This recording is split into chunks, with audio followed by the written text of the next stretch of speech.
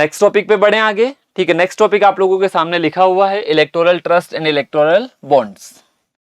अब आप लोगों ने देखा ही होगा, ये बहुत न्यूज में चल रहा था। सुप्रीम कोर्ट ने, आप लोगों ने देखा होगा क्योंकि सारा का सारा इलेक्टोरल बॉन्ड्स को लेकर डेटा एसबीआई के पास था। और इलेक्टोरल बॉन्ड में एक सबसे बड़ा फायदा क्या था? एनोनिमिटी, नाम उजागर नहीं होता था, यही होता था। तो बेसिकली आप लोगों ने देखा होगा जब इस पे इश्यूज चले थे तो सुप्रीम कोर्ट ने एसबीआई को डायरेक्ट करके सारा का सारा डेटा मंगवाया था। ठीक है, तो एसबीआई ने बोला सर डेटा टाइम लगेगा, तो सुप्रीम कोर्ट ने बाद में उनको 2-3 दिन का टाइम दिया था जिसमें सारा डेटा उनको सबमिट करना ही करना था। वो डेटा बेसिकली फिर इलेक्शन कमीशन की साइट पे डाला गया, उसको पब्लिश करने के लिए सुप्रीम कोर्ट ने बोला। तो इसे बहुत सारी कंट्रोवर्सीज आई थी, तो क्वेश्चंस इट में बी आस्क्ड। ठीक है, क्वेश्चन आ सकता है इलेक्टोरल बॉन्ड से भी और इलेक्टोरल ट्रस्ट से भी, दोनों को कंपेयर कर लेते हैं कि दोनों क्या क्या है।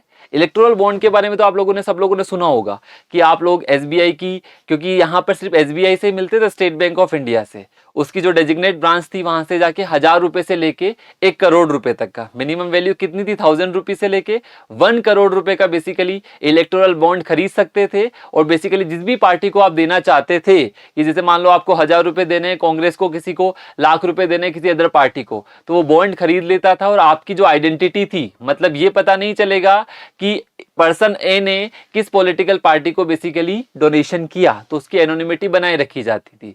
लेकिन बेसिकली इस एनोनिमिटी के पीछे भी बहुत सारे यहाँ पर घोटाले चल रहे थे। इसको लेकर सुप्रीम कोर्ट ने काफी कड़ा रुख लिया ताकि बेसिकली इसको रोका जा सके। तो यहाँ पर मैं आप लोगों को बता देता हूँ क्या क्या क्वेश्चन बनेंगे।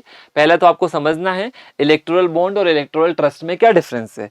इलेक्टोरल बॉन्ड तो आप लोगों को पता है 2018 में आया था, जब बीजेपी की गवर्नमेंट लेकर आई थी। और इलेक्टोरल ट्रस्ट कौन लेके आया था? आपकी यूपीए गवर्नमेंट। ये 2013 के आसपास का है, ये 2013 के आसपास का है, ये 2018 का है। इलेक्टोरल बॉन्ड आया था ड्यूरिंग द एनडीए, मतलब बीजेपी गवर्नमेंट, और ये आया था ड्यूरिंग द यूपीए गवर्नमेंट, मतलब जब आपकी कोalition गवर्नमेंट चल रही थी जिसमें कांग्रेस सबसे मेजर पार्टी थी। ठीक है, तो अब इसके बारे में अपन इस पे कंपैरिजन कर लेते हैं कि प्रीलिम्स में हमारे क्या क्या क्वेश्चंस यहाँ पर बन सकते हैं दोनों को लेके। तो पहली चीज जो मैं आप लोगों को बता दूं इलेक्टोरल बॉन्ड्स को लेकर, जो मैं आपको डिस्कशन कर रहा था कि 2018 में गवर्नमेंट ऑफ इंडिया ने ये इंट्रोड्यूस किया था। और मैंने आपको बोला था जब आपको किसी भी पार्टी को डोनेशन देना है तो आप एसबीआई के अंदर उसकी जो डेजिग्नेट ब्रांच है वहां पे जाके बेसिकली मिनिमम 1000 रुपए से लेके 1 करोड़ रुपए तक का इलेक्टोरल बॉन्ड खरीद सकते थे। वहां पर आपकी आइडेंटिटी उजागर नहीं होगी कि अभिषेक जैन ने किस पॉलिटिकल पार्टी को डोनेशन दिया है। तो यहाँ पर यही लिखा है, ये एक तरह से फाइनेंशियल इंस्ट्रूमेंट था, कोई भी इंडिविजुअल भी ले सकता था, कोई भी कंपनी भी दे सकती थी। कंपनी का मतलब हो गया जैसे आदित्य बिरला ग्रुप है, वो डोनेशन दे रहा है पर्टिकुलर किसी पॉलिटिकल पार्टी को, और दूसरा इंडिविजुअल का मतलब हो गया कि मैं डोनेशन दे रहा हूं किसी पर्टिकुलर पार्टी को। और ऐसा क्यों करते थे? इनकम टैक्स में छूट मिलती है जब बेसिकली अपन पॉलिटिकल पार्टीज को डोनेशन देते हैं ना। जैसे मान लो मेरी इनकम ज्यादा है, अब मुझे बेसिकली क्या करना है, कई लोग सेटलमेंट के लिए भी ऐसा करते हैं कि पॉलिटिकल पार्टीज को डोनेशन दे दिया, कुछ परसेंट उन्होंने ले लिया। तो ये सारी चीजें भी बहुत ज्यादा प्रिवेलेंट होती है, इसीलिए बेसिकली ये सारे मुद्दे उजागर होते रहते हैं यहाँ पर।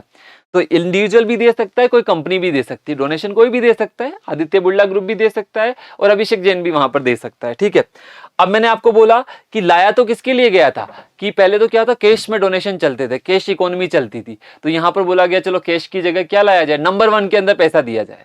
अब पैसा तो नंबर 1 में दिया जा रहा था, बट पैसा कहां से आया, पैसा किसको गया, इसकी सारी की सारी क्या थी, एनोनिमिटी थी।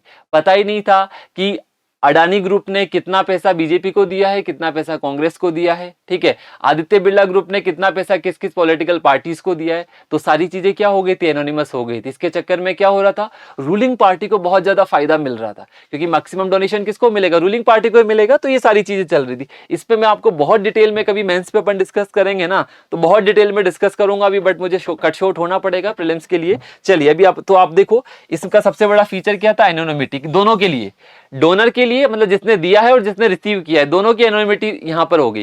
किस पॉलिटिकल पार्टी को मिला है उसका नाम भी नहीं आएगा, किसने दिया है उसका नाम भी नहीं आएगा, दोनों बेसिकली यहां पर मजे में रहेंगे। ठीक है, और ये सारा का सारा ट्रांजैक्शन किसके थ्रू होता था, बैंकिंग सिस्टम से। और इसके लिए आपको बॉन्ड खरीदना पड़ता था, और बॉन्ड को बेसिकली टाइम पीरियड दिया हुआ था कि बेसिकली आपने बॉन्ड खरीदा तो बेसिकली 15 दिन में या 10 दिन में उस पॉलिटिकल पार्टी के अंदर वो चला जाएगा, सेटल हो जाएगा सारा का सारा। तो ये चीज थी बेसिकली आपके इलेक्टोरल बॉन्ड्स के अंदर। इसकी डिटेल लास्ट में भी मैंने दी हुई है। इलेक्टोरल ट्रस्ट जो आपके बने थे, इलेक्टोरल ट्रस्ट का मतलब बीच में एक इंटरमीडिएरी आ गया। ठीक है, ध्यान रखना, अभी तो आप क्या कर रहे हो, डायरेक्टली पैसा किसको दे रहे हो, पॉलिटिकल पार्टी को। मैं गया एसबीआई से, मैंने ₹1,00,000 का बॉन्ड लिया, ₹1,00,000 मैंने पे किए और वो ₹1,00,000 चले गए डायरेक्टली बीजेपी या कांग्रेस को। तो कोई इंटरमीडिएट नहीं है, डायरेक्टली बैंकिंग सिस्टम से सारा काम हो रहा है। उससे पहले 2013 में क्या था, इलेक्टोरल ट्रस्ट का चलन आया था। इलेक्टोरल ट्रस्ट बेसिकली क्या था, कि इंटरमीडिएट हो गया, कि डायरेक्टली फंड आपको किसको देना है, इलेक्टोरल ट्रस्ट को। तो यहां पर क्या था, ये 2013 में आया था, ये सीबीडीटी जो आपका central board of direct taxes है, उन्होंने इंट्रोड्यूस किया था। ये क्या, एक इंटरमीडिएट एंटिटीज थे जो क्या करते थे, फंड को पहले कलेक्ट करेंगे और फिर आगे डिस्ट्रीब्यूट करेंगे। तो इनका क्या काम था, फंड को कलेक्ट करना और डिस्ट्रीब्यूट करना। डिस्ट्रीब्यूट किसको करेंगे, सिंपल सी चीजें, पॉलिटिकल पार्टीज को ही देने वाले हैं, ठीक है।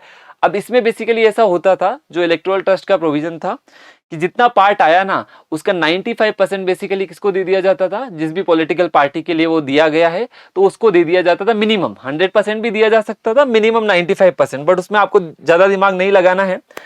अब इसमें एक और चीज थी, कि अभी तक आप ध्यान से समझना दोनों में डिफरेंस। इलेक्टोरल ट्रस्ट को बेसिकली जब रजिस्टर करने के लिए हर बेसिकली तीसरे फाइनेंशियल ईयर के अंदर बेसिकली वापस से रिव्यू किया जाता था। ऐसा नहीं है कि एक बार इलेक्टोरल ट्रस्ट बना दिया तो वो परमानेंट रह जाएगा, ऐसा बिल्कुल भी नहीं था। तो इसमें एक बार एक पॉइंट बता देता हूं। पहली चीज, इसके अंदर एनोनिमिटी नहीं थी, ध्यान से समझना। इलेक्टोरल बॉन्ड आपका एनोनिमिटी था, यहां पे कंट्रीब्यूशन किसको डिस्क्लोज करना पड़ता था, इलेक्शन कमीशन ऑफ इंडिया को। जबकि इलेक्टोरल बॉन्ड के अंदर कोई डिस्क्लोज करने की जरूरत नहीं थी, न डोनर को न रिसिपिएंट को, ठीक है। तो इलेक्टोरल बॉन्ड वाला सिस्टम पूरा एनोनिमस था। लेकिन इससे पहले जो इलेक्टोरल ट्रस्ट वाला सिस्टम था, यहां पे बेसिकली डिस्क्लोजर किसको होता था, इलेक्शन कमीशन ऑफ इंडिया को। और टैक्स डिडक्शन अभी भी मिलता है, पहले भी मिलता था। तो टैक्स डिडक्शन बेसिकली आपका नॉर्मल रहता था, ठीक है। टैक्स डिडक्शन में इतना कोई इश्यू नहीं था। अब जो मुद्दा है, जो मैं आपको यहां पर बताता हूं क्वेश्चन के थ्रू आपको सारी चीज क्लियर हो जाएगी। बट उससे पहले जस्ट छोटी सी चीज, कि जो आपकी दोनों स्कीम्स है, उस स्कीम के अंदर इलेक्टोरल ट्रस्ट का एक पार्ट मैंने यहां पर लिखा है। ये देखो, यहां पर ध्यान से पढ़ना। कोई भी भारत का नागरिक या कोई भी कंपनी जो इंडिया में रजिस्टर्ड है, या कोई भी फर्म हो सकती है, या HUF हिंदू अनडिवाइडेड फैमिली हो सकती है, कोई सा भी एसोसिएशन हो सकता है, वो क्या कर सकता था, डोनेट कर सकता था कोई भी पैसा किसी इलेक्टोरल ट्रस्ट को, जो बेसिकली इस एक्ट के अंदर रजिस्टर्ड है, इनकम टैक्स 1961 के तहत। सिंपल सी चीज है। ये आपसे पूछा जाएगा कि इलेक्टोरल ट्रस्ट में कौन पैसा डोनेट कर सकता है। कोई भी पर्सन हो गया, कोई भी एंटिटी हो गई, कोई भी कंपनी हो गई, कोई भी फर्म हो गई, इवन हिंदू अनडिवाइडेड फैमिली भी बेसिकली इसका पार्ट थी। तो ये टोटल का टोटल इलेक्टोरल ट्रस्ट को डोनेशन कर सकते थे। लेकिन मुद्दा ये था कि इलेक्टोरल ट्रस्ट को हर 3 फाइनेंशियल ईयर के अंदर अपना रिन्यूअल कराना होता था। तो यहां पर ऐसा होता था कि इलेक्टोरल ट्रस्ट ऐसा नहीं है कि अपने आप की मनमानी करने लगे, हर 3 फाइनेंशियल ईयर में उसको अपने आप को रिन्यू करना पड़ेगा, वापस से बेसिकली एक तरह से मान्यता लेनी पड़ेगी। सिंपल सी चीज है। ऐसा बेसिकली आपके इलेक्टोरल बॉन्ड्स में बिल्कुल नहीं है, कॉन्सेप्ट ही बेसिकली आपका अलग हो जाता है। तो थोड़ा सा ये ध्यान रखना अगर स्टेटमेंट आ जाए। एक और चीज मैंने बोली थी, जो भी कंट्रीब्यूशन इनके पास आया है, कम से कम 95% पार्ट किसको चला जाता था, जो भी आपकी रजिस्टर्ड पॉलिटिकल पार्टीज है उनको ट्रांसफर कर दिया जाता था। मैंने आपको बोला था इलेक्टोरल बॉन्ड तो अभी तक एनोनिमस थे, लेकिन यहाँ पे आपको आपका पैन कार्ड भी देना पड़ता था। लिखा हुआ है, जो भी कंट्रीब्यूट करेगा उसको अपना पैन कार्ड देना पड़ेगा, अपना पासपोर्ट नंबर देना पड़ेगा कोई भी कंट्रीब्यूशन के लिए। मतलब आपकी आइडेंटिटी क्या हो रही थी, डिस्क्लोज हो रही थी। इसीलिए तो बेसिकली गवर्नमेंट ने चेंज किया कि आइडेंटिटी अब डिस्क्लोज नहीं करवानी, ये सारी चीजें थी। तो इसमें मुद्दे की बात अगर मैं आप लोगों को बताऊं, दोनों में अंतर अपन देखें तो आप लोगों को क्या क्या ध्यान रखना है, ध्यान से समझना। इलेक्टोरल बॉन्ड जो आपका था, ठीक है, यहां पर मैंने लिखा भी है इसकी लिमिट वगैरह सारी चीजें, तो एक बार जस्ट लिमिट देख लीजिए आप लोग जो मैंने आपको बताई है। फिर उसके बाद बेसिकली मैं आपको जस्ट 1000 रुपए से लेके 1 करोड़ रुपए तक की यहाँ पे आपको अंडरलाइन कर देता हूं। और 10 दिन के अंदर अंदर बेसिकली इसको क्या करना होगा, आपको इनकेश कराना होगा। अब ध्यान से समझना, एक है इलेक्टोरल बॉन्ड जो अभी चल रहा था। तो इलेक्टोरल बॉन्ड क्या था, एक बेसिकली एनोनिमस इंस्ट्रूमेंट था। एनोनिमस इंस्ट्रूमेंट का मतलब, आप जब बेसिकली किसी पॉलिटिकल पार्टी को डोनेशन देने जा रहे हो, तो आप बेसिकली आपका नाम भी डिस्क्लोज नहीं होगा, और आपका पैसा जिस भी पार्टी को गया है उसका नाम भी डिस्क्लोज नहीं होगा। मतलब डोनर भी एनोनिमस रह गया और बेसिकली रिसिपिएंट भी एनोनिमस रह गया। लेकिन इलेक्टोरल ट्रस्ट में ऐसा नहीं था। इलेक्टोरल ट्रस्ट के अंदर सारा डेटा इलेक्शन कमीशन को डिस्क्लोज करना पड़ता था। इवन यहां पर आपको अपना पैन कार्ड, अपना पासपोर्ट नंबर सब कुछ देना पड़ता था। तो यहां पर एनोनिमिटी नहीं थी। दूसरी चीज, इलेक्टोरल बॉन्ड एक डायरेक्ट इंस्ट्रूमेंट है जिसके थ्रू आप डायरेक्टली बैंकिंग ट्रांजैक्शन से चंदा किसको दे सकते थे, पॉलिटिकल पार्टी को। लेकिन इलेक्टोरल ट्रस्ट के अंदर ऐसा नहीं था, एक इंटरमीडिएरी था इलेक्टोरल ट्रस्ट कि आपने दिया इलेक्टोरल ट्रस्ट को, फिर फर्दर इलेक्टोरल ट्रस्ट से जाएगा पॉलिटिकल पार्टीज को। तो बीच में एक लेयर थी, इसका नाम था इलेक्टोरल ट्रस्ट। अभी जो भी ट्रस्ट बनाया जाता था, ठीक है, इसको आईटी एक्ट के अंदर रजिस्टर करवाना पड़ता था और हर 3 फाइनेंशियल ईयर के अंदर इसको अपने आप को रिन्यू करवाना पड़ता था। ऐसा नहीं है कि एक बार बन गया तो लाइफ टाइम के लिए चलेगा, बार बार रिन्यू करवाना पड़ेगा, ठीक है।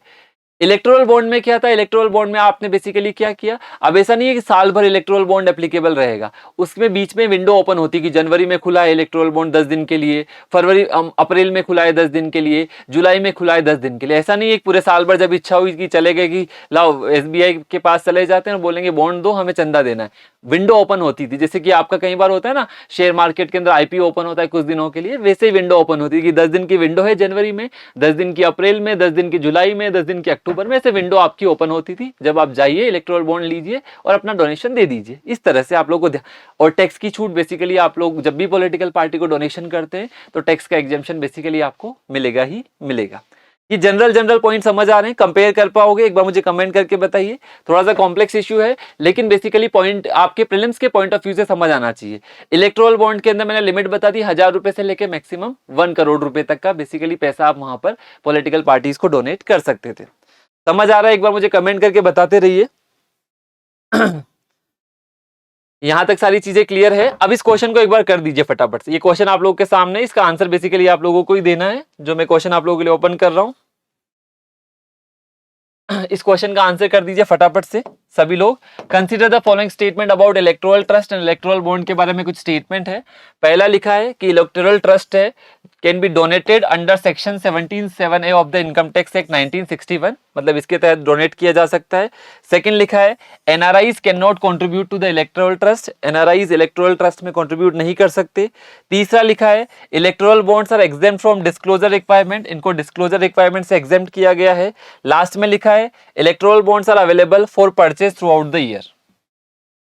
देखो कौन सा सही है, एक बार पढ़ लीजिए फटाफट से चारों स्टेटमेंट्स में से। अब आप सोचो, मैंने आपको थोड़ी देर पहले बताया, ऐसा नहीं है कि थ्रू आउट द ईयर कभी भी जाके इलेक्टोरल बॉन्ड खरीदो। ड्यूरेशन के लिए ओपन होता है तो 4 तो आपका ऑटोमेटिकली गलत हो जाएगा, ठीक है, इसमें तो कोई दिमाग ही नहीं लगाना, ठीक है। पहला मैंने आपको बताया कि सारा का सारा किसके तहत चल रहा है, इनकम टैक्स एक्ट के अंदर, तो इसमें आपका सही हो जाएगा, इसमें कुछ दिमाग नहीं लगाना। जहां पे आपको दिक्कत आएगी एनआरआईज में। ध्यान रखना एनआरआईज भी होते तो इंडियन ही है ना। एनआरआईज का मतलब क्या हो गया कि रह रहे विदेशों के अंदर है बट उनके पास फॉरेन सिटीजनशिप थोड़ी है, सिटीजनशिप तो इंडिया की है।